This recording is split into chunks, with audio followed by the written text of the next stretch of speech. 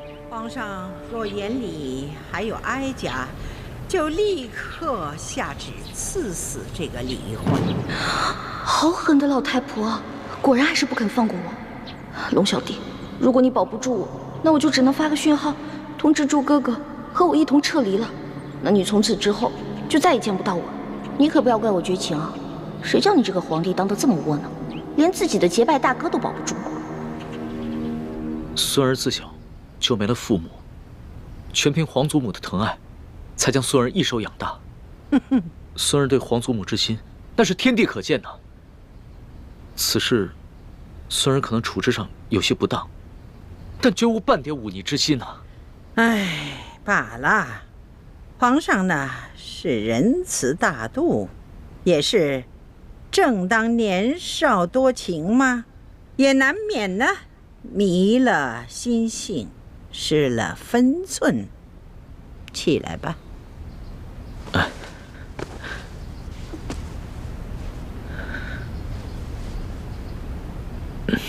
皇祖母，您先消消气。这个易欢呢，是孙儿在出宫微服私访的时候结识的。那个时候，孙儿一时玩性大发，就假冒侍卫龙三的身份和他结了拜，还谎称自己是皇上的替身。没想到他还真信了，所以他后来才打了孙儿一巴掌。其实吧，他不是冒犯龙威，他只是把孙儿当成了他那个假冒皇上的结拜小弟了。他居然不知道你是皇上？是啊，这个易欢出身草莽，没见过世面，性子又天真烂漫。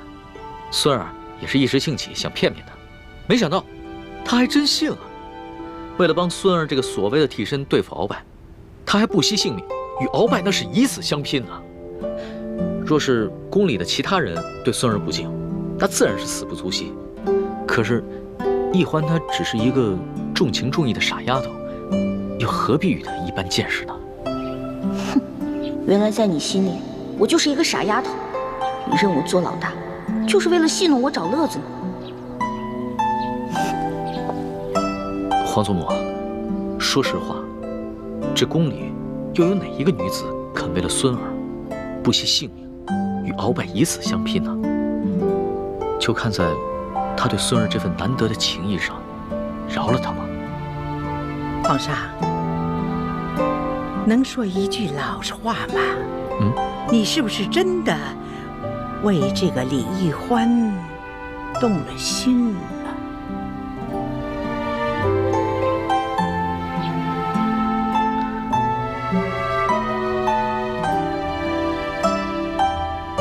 皇祖母，孙儿刚刚真正亲征未久，内有鳌拜的余党未能清理，外有三藩做大，还有前明余孽组成的反清联盟，时刻威胁着我大清江山，所以孙儿不敢沉溺于儿女私情，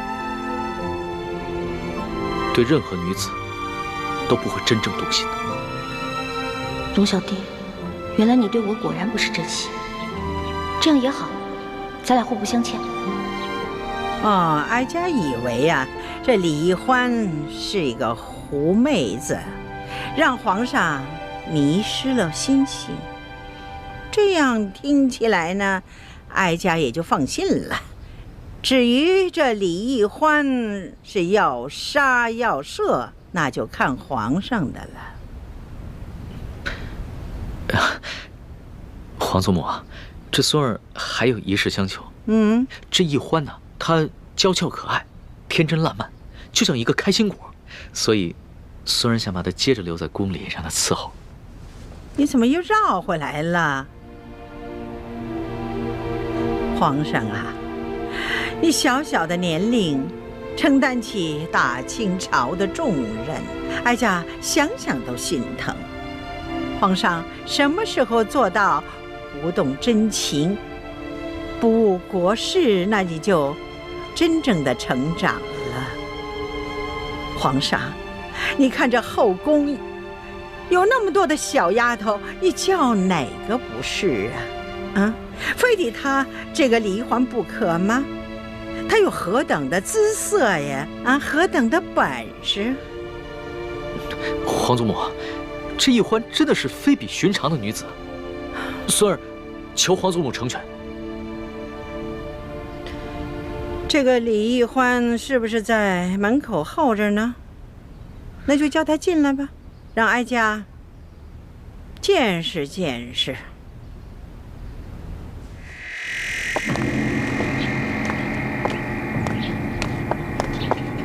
太皇太后和皇上宣世淑姑娘觐见。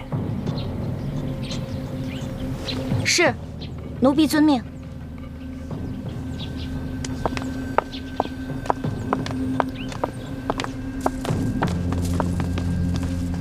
太皇太后，皇上，世淑姑娘觐见。太皇太后吉祥，皇上吉祥。果真是一个灵秀的人儿。你盯着哀家做什么？哦，奴婢只是好奇，原来太皇太后长这么好看呀，慈眉善目的，就跟画里走出来的观音菩萨似的。你不必在这里花言巧语。李欢，你可知罪？奴婢知罪。你知什么罪？讲来给哀家听听。奴婢白长了一双眼睛，没有认出来皇上就是货真价实的真龙天子。奴婢更是长了一个猪脑，居然皇上说什么，奴婢就信什么。你看，皇上，你看这小丫头啊，她哪里是在认罪呀？她分明的是啊，拐着弯的数落皇上。皇祖母，这丫头一向如此，心直口快，不知轻重。那你就起来吧。谢太皇太后。太皇太后，奴婢说的都是真的，没有骗您。当初奴婢看上皇上穿着龙袍，坐着龙辇回到御书房的时候，也觉得好奇，奴婢就追上去问皇上：“哎，你到底是皇上还是龙三啊？”结果皇上一脸严肃地跟奴婢说：“嘘，小声点，我当然是龙三，不是皇上。”你不是皇上，可是为什么外面那些人都跪下叫你皇上呀？那是因为我呀是皇上的替身。啊？你是皇上的替身啊？对啊，因为我身形跟长相都酷似皇上，所以啊我是皇上的替身。你也知道，咱们大清啊虽然入关数十年了，但是根基未稳，皇上又年少，刚刚亲政嘛，不光这前明余孽，还有很多朝中的大臣都想谋杀皇上，所以呢，我就当皇上的替身。原来是这样啊，怪不得你会跟我结拜呢。要是皇上的话，怎么能跟我结拜呢？对啊，这回知道了吧？为什么我龙三，你在宫里打听不出来了吧？那是因为我不是一般的侍卫，我呀，只需要在皇上需要我的时候出来露面就行了。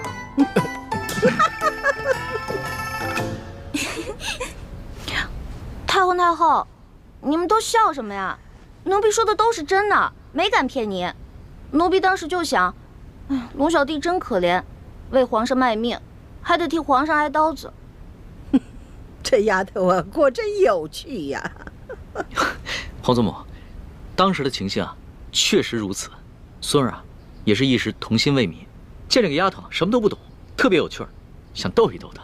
想逗逗我，但是奴婢当真了，真的把皇上当成兄弟，不想看着你去死。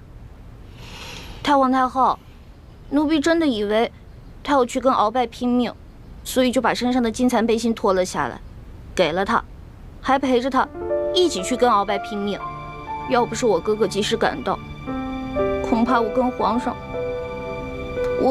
就……瞧这丫头啊，委屈的哟。得了，哀家呢就饶过你了。真的？谢太皇太后，还是太皇太后好，不像皇上就知道欺负奴婢。哀家听说你在大庭广众之下，当着那么许多的大臣们的面，打了皇上一巴掌，是吗？哀家着实的恼怒啊！没想到，就像皇上说的，你只不过就是一个不懂规矩，而且呢，还对皇上有恩有义的一个小傻丫头。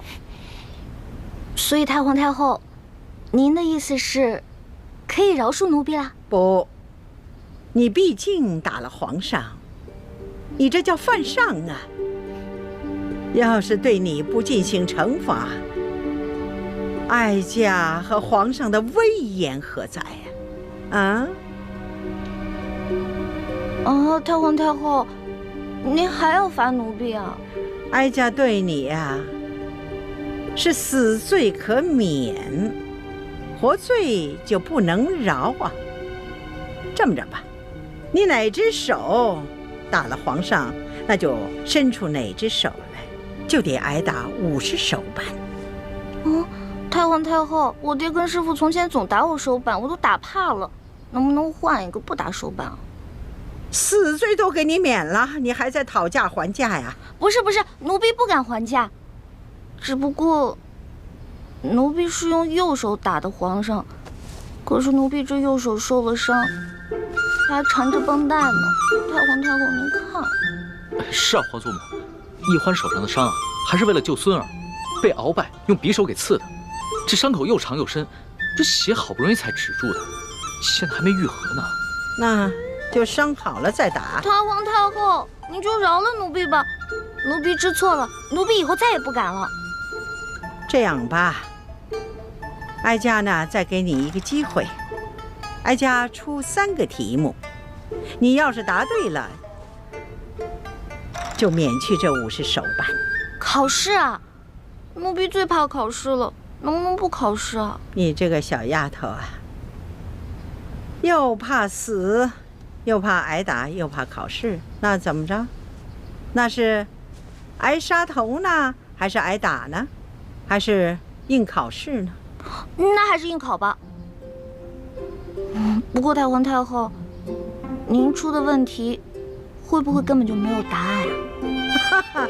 哎呀，哀家怎么用这种方式来对付你这个小丫头啊？哀家出的题目是有答案的。是，太皇太后息怒，是奴婢小心眼儿了。那请太皇太后出题吧。告诉你小丫头啊，这后宫之主是皇后，就由她来出这3道题。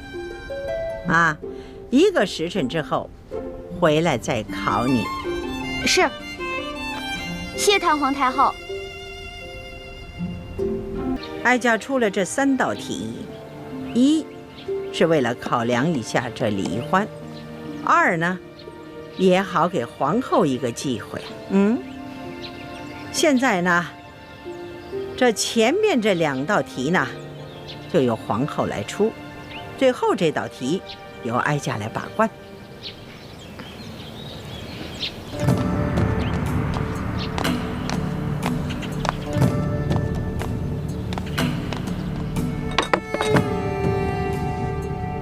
好，这第1道题呢，你要用一根绳子，把这块冰从这个碗里挪到那个碗里。这么简单啊？不简单，条件是不能用这根绳子拴住这块冰。那我可以用其他的东西帮忙吗？可以呀，但是只能用1只手，这只手呢还不能碰到那块冰。皇祖母，这也太难了吧？这只能用1只手，又不能接触这冰块，那怎么用这根线把这个冰块挪到那个碗里去啊？皇上啊，若是这丫头认输的话，哀家就让李总管给你做个演示。可是这50手板，你就着实的挨上了。皇祖母，这易欢手上还有伤呢。那伤好了再打。皇祖母，这个易欢要是实在办不到，能不能看在孙儿的面子上，给他换1道题啊？哀家是一再让步啊，已经给皇上足够的面子了。皇上，不用再替奴婢求情了，奴婢已经想到办法了。真的？你确定啊？请太皇太后跟皇上给奴婢一点时间，奴婢要去拿一样东西。可以呀，不过你得快点儿，不然的话这块冰就化了。谢太皇太后，奴婢告退。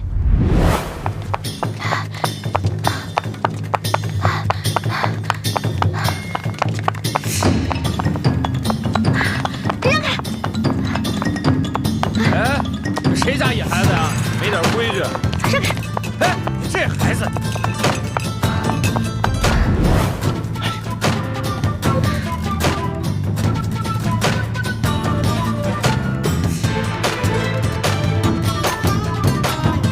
这丫头怎么还不回来？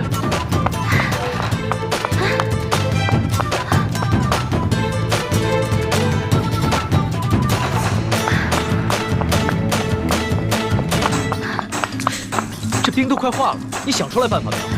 奴婢想到办法了。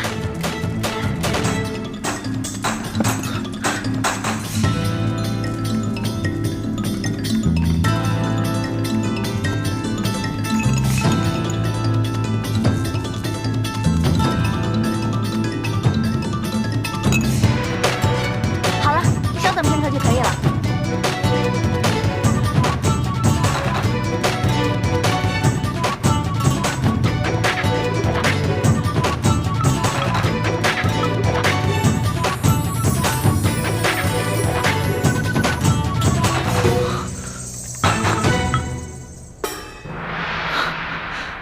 这丫头，没想到居然用这个法子。你这罐子里边装的什么东西啊？这是奴婢抓紧一切时间从御膳房拿了一罐盐。哦，朕明白了。朕以前学的功课里边也有这一门知识，只不过刚刚情急没有想起来。一欢，想不到你还挺博学的。皇上千万别夸奴婢了。从小到大，奴婢不喜欢好好学习，但是什么都学，只会那么一点点，杂而不精，跟博学二字万万沾不上边儿。奴婢之所以知道这个办法，是因为小的时候，在冬天啊，奴婢喜欢跟自己的哥哥用盐水呢冻冰人儿，所以才知道这个法子的。好啊，小丫头，这第一道题就算你过关了。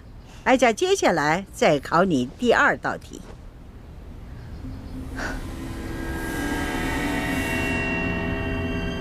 你数数，横着数多少，竖着数多少，一共多少个铜板？数数。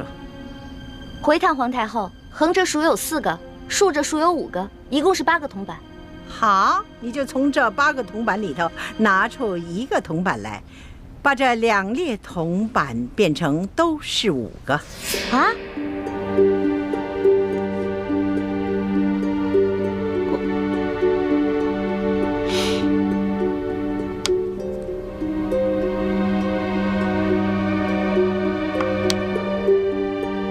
可是这不对啊，横着就变成5，竖着变成4个了。哀家给你1炷香的功夫，你要是再猜不出来，那就算你输了。完了完了！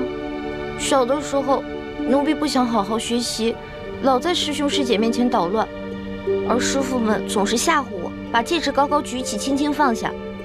啊，这下好了，以前没挨多少打，现在又全给补回来了。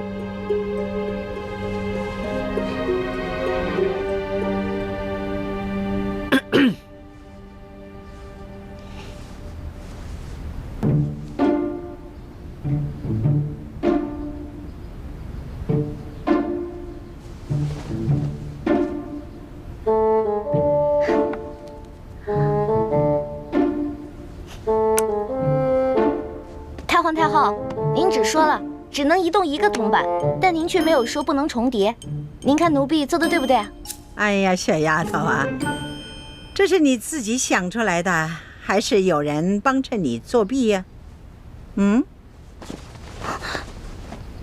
太皇太后恕罪，其实是皇上先想出来的，然后告诉了奴婢，奴婢才说出答案的。你这丫头，朕好心帮你，你还出卖朕。皇上，对不起，如果这道题没做出来是小事儿，但是如果因此欺瞒了太皇太后，那可是犯了大罪。皇祖母，其实呢，孙儿也就是摆了个手势，不能算是作弊。再说了，这道题啊，它本来就简单，孙儿就算不提醒易欢，易欢她自己也能想出来的。你这易欢小丫头，她若是不承认，你皇上也不承认，那哀家再怀疑也逮不着你们的把柄。罢了，就看在你这小丫头诚实的份上，这道题就算过了。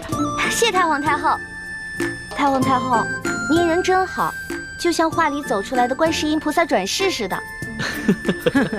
净说漂亮话。好了，哀家呢，接下来再给你下第3道题。不过呢，皇上，你就不能再度的帮衬作弊了。孙儿明白，这第3道题，孙儿绝对不会再帮他作弊了。你如果再作弊，当然也算数。这第3道题，小丫头，你听好了啊，什么事情别人都能做得到，偏偏你自己做不到。这个嘛，奴婢知道了。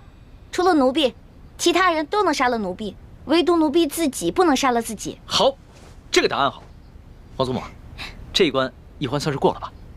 哎呀，皇上啊，不要高兴得太早了。你想想啊，一个好好的人，他为什么平白无故的去杀人呢？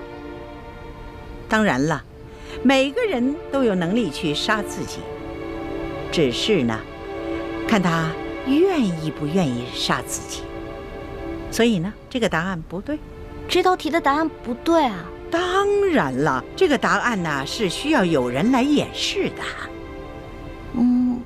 太皇太后，奴婢现在脑子都成浆糊了，实在是想不到答案。看来你是自愿认罚了。皇祖母，孙儿也不敢再为易欢求情了。孙儿只是希望你能多给易欢宽限1日的时间，让易欢自己回去好好想想。好啊，那就看在皇上的面子上，就宽限你1天。为了不让别人给你帮衬作弊，哀家就要把你留在慈宁宫1天。待到明天这个时辰，你要是再答不上来，那就要着实挨打了。谢太皇太后。李欢这个小丫头真够机灵的啊，轻而易举的就解了这几道题。原本妾身出的第2道题是可以难住李易欢的，如果不是皇上相助，只怕他早就输了。皇后不要这么想，即使是皇上没有相助，这李易欢他也会答得出来的。只不过是呢，多花些时间罢了。幸好皇祖母出的第3道题把他难住了，就算他想了3天3夜，也未必想出答案。只是，又怕这一夜之隔，又有人给他送答案去了。只要皇后你知道哀家为什么出这3道题的目的，就可以了。